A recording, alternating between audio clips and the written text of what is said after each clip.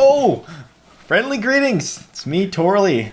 And I've got a haircut, as you can see. So a shorter, neater me reminds me of when Trent Reznor cut his long hair. I haven't ever grown mine that long. That was quite a radical change as well. Now, I had some thoughts I wanted to share with you about electronic music in particular. That's because that's what my heart is close to. It also applies to other genres. The truth is, if you've ever heard these, then surely you can relate. So the first thing on my mind was half-finished questions. The questions that may come from good intentions. Say, for instance, you make a cool YouTube video or an MP3 of a musical performance. An ardent fan or someone, most likely someone who wants to do it for themselves or something similar.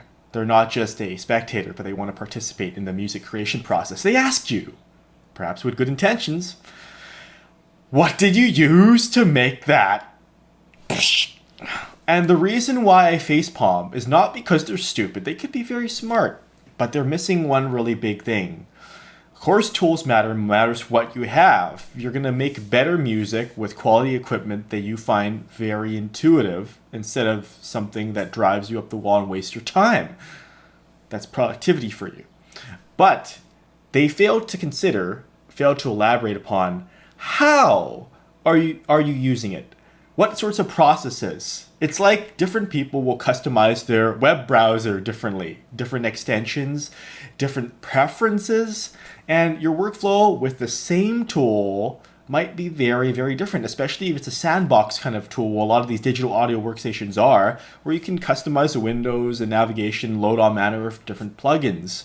So when someone asks me that question, of course I have a gear listing, a standard gear listing.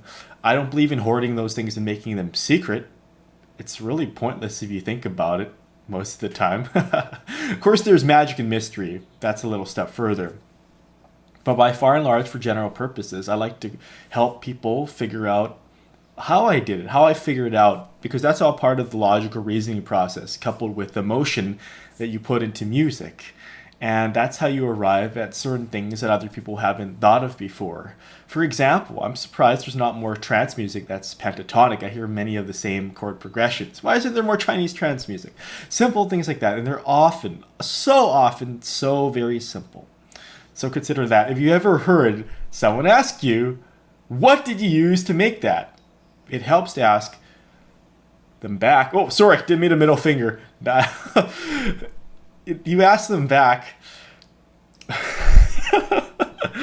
why would you like to know, and what are you hoping to achieve? What are your hopes and dreams? That's really important. What are their intentions? If they want to be just like you, and that's very unlikely, and I would frown upon that, because they should express their own voice. It helps to work from established examples. That's how we learn as kids, as little babies. We imitate what our parents say, "Goo, goo, quacka," and then we develop our own slang vocabulary and use that to swear at our parents, which isn't very nice, but that's how the river flows, eh? So the second big thing I want to talk to you about today, and you can let me know, a comment, a video response is even better. Show your face and your voice so I can see all your expressivity.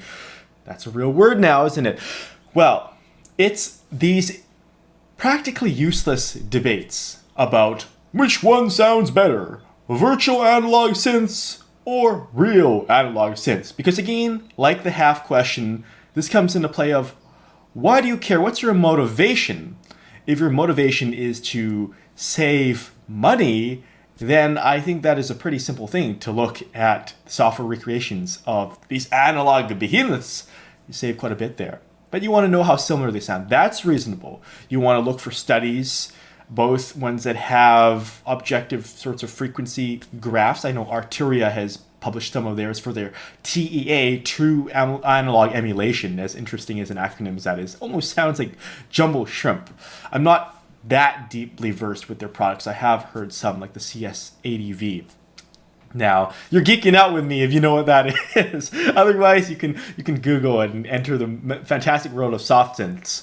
So people get into all sorts of heated arguments, which is awful because I respect and I admire people who collect and restore and fix these giant analog synths. It could be a hobby or part of their profession. It's a wonderful, wonderful thing because this is part of our history. Without those dinosaurs, and I use that term very venerably, we would not have the current soft synths in computer form that run just as a program within VST or AU, an audio unit plugin. We wouldn't have that. So we've got to pay our respects to those. It's very much the same sort of question for me as a piano versus a synthesizer. I'm almost always going to go for a synthesizer, but let me tell you why. Because the cost for me, the convenience, the myriad possibilities of exploring sound, not having to worry so much about the sorts of mechanical wear and tear with the oil on my fingers and strings going out of tune. And yes, computers are susceptible to defects, but they're more easily replaceable generally. It's more plastic that way. The materials, you can just load all your stuff into a new shell and provide it's compatible with everything. Hopefully within a few years, well, then you can continue your body. It's like uploading your consciousness. But before we get too carried away, that's why whenever I see one of these arguments, I get really sad because so often the number one simple missing thing that people fail to articulate before getting to battle, they don't start off on the right ground. And the right ground is, why do you care? What does it matter to you? What's your goal? Because that's what I love to see in online discussions. People helping each other's dreams come true, not attacking each other because they don't understand. That's full of prejudice, that's full of ignorance, and it's a waste of everyone's time. So I was reading some great discussions on various forums and even more not so great ones, which I quickly close the window because it's very redundant. I see the same sort of things repeated time and time again. Now, so a point that people will bring up sometimes is, it doesn't sound the same. Of course, no, it will not sound absolutely identical. There's no physical way that's possible. But for most people, you're making a tune, you put it on the dance floor, you're doing this for your listeners to groove, get them in booty jam on the dance floor, then they won't care. They won't pick apart at the minutia. It's only if this is a really tricky and difficult area, which I'm not going into because it's not useful for me. It's musicians who make music for, say, other musicians and selectively only them. So, of course, they're prone to critique. They can spot out flaws, and there's a high level of geekery in that. Now, I'm not saying, of course, that is inherently bad. I am saying that becoming too obsessed with that, if you're wanting to make music that you enjoy, that you listen to, and you're like, I love that sound. It just speaks to my heart. It validates who I am as a person. And that's beautiful, nice and simple. No need to complicate it.